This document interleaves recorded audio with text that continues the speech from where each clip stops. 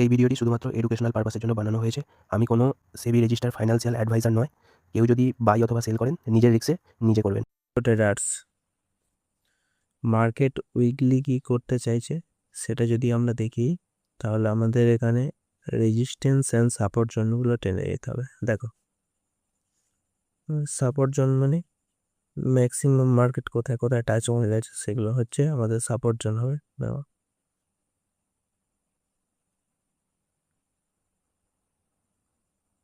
একটা support zone, ঠিক আছে। এর পরবর্তী সাপোর্ট জোন যদি আমরা খুঁজি,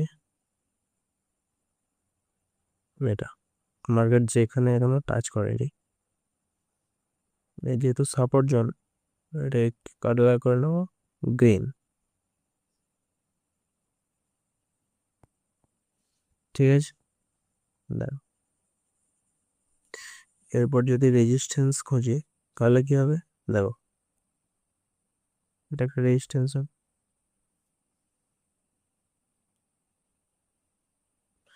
4 ঘন্টা আমরা দেখে নেবো মার্কেট কি করতে আছে। দেখো,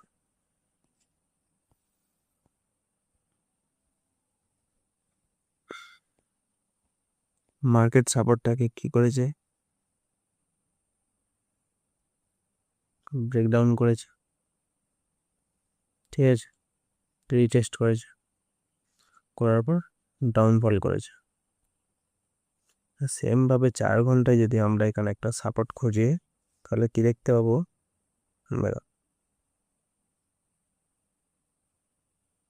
এখানে হচ্ছে মার্কেট একবার টাচ করেছে, এখানে আবার রিটেস্ট করেছে, আবার মার্কেট ডাউনফল করতে চাইছে এখান থেকে। এটা হচ্ছে 4 ঘন্টায়, ঠিক আছে। তাহলে আমাদের যদি মার্কেটের ভিউ থাকে কি থাকবে, মার্কেট এখান থেকে এখানে রেজিস্ট্যান্স নেবে, কোনো প্যাটার্ন ক্রিয়েট করতে পারে বা ক্যান্ডেলস্টিক কনফার্মেশন দিয়ে সোজা ডাউনফল করতে পারে, ঠিক আছে। এটা গেল ফার্স্ট।